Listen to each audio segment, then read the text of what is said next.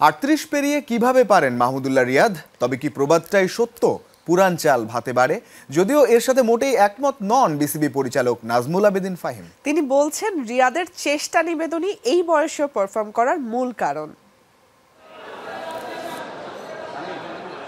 মানুষ বেঁচে থাকে কর্মে। কত শত সমালোচনার ভিড়েও মাহমুদুল্লাহ রিয়াদ যে স্বমহিমায় টিকে আছেন পুরোটাই অসামান্য চেষ্টা আর পারফরমেন্সের জোরে। ক্যারিবিয়ান দ্বীপপুঞ্জ মাতিয়ে দেশে ফিরেছেন রিয়াদ। দল হোয়াইট ওয়াশ হলেও সাইলেন্ট কিলারের ব্যাটে হ্যাটট্রিক 50। পুরান চাল হলেই ভাতে বাড়বে এমন কোনো কথা নেই, কিন্তু ওটার যত্ন আত্মি করতে হয়, ওটার সেই সাধনা থাকতে হয়, সেই ইচ্ছা থাকতে হয়, এবং মাহমুদুল্লাহ সেটা আছে, এটা পরিষ্কার বোঝা যায়।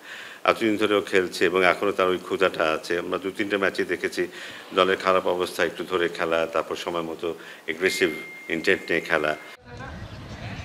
৮৪ নট আউট, ৬২, ৫০ নট আউট, ৯৮। শেষ ৪ ম্যাচেই রিয়াদের ব্যাটে 50। মজার ব্যাপার, তার আগের ৪ ম্যাচে সব মিলিয়ে করেছিলেন ৬ রান। চারদিকে রবও উঠেছিল, দেশসেরা ফিনিশার কি ফিনিশ হয়ে গেলেন? ফিনিশ হয়েছেন নাকি রূপকথার ফিনিক্স পাখি হয়ে ফিরে এসেছেন? পারফরমেন্সই সেটা বলে দিয়েছে। রিয়াদ তো এমনই, যার ডিকশনারিতে একমাত্র শব্দ বোধহয় কামব্যাক।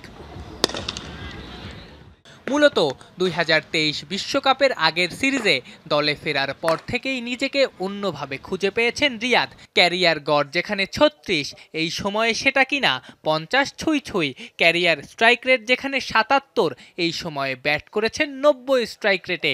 ১৮ ইনিংসের ৬টাই 50+, অর্থাৎ প্রতি ৩ ইনিংসে খেলেছেন একটা বড় ইনিংস। টেস্ট ছেড়েছেন বছর ৪ প্রায়, টি-20 থেকেও অবসরে। রিয়াদ এখন খেলেন শুধুই ওয়ানডে, সেখানেও বিদায়ের অপেক্ষায়। চ্যাম্পিয়ন্স ট্রফিটা রঙিন করে লাল সবুজ জার্সিটা তুলে রাখার অপেক্ষায় একজন, মাহমুদুল্লাহ রিয়াদ। আফনান পিয়াল, যমুনা স্পোর্টস, ঢাকা।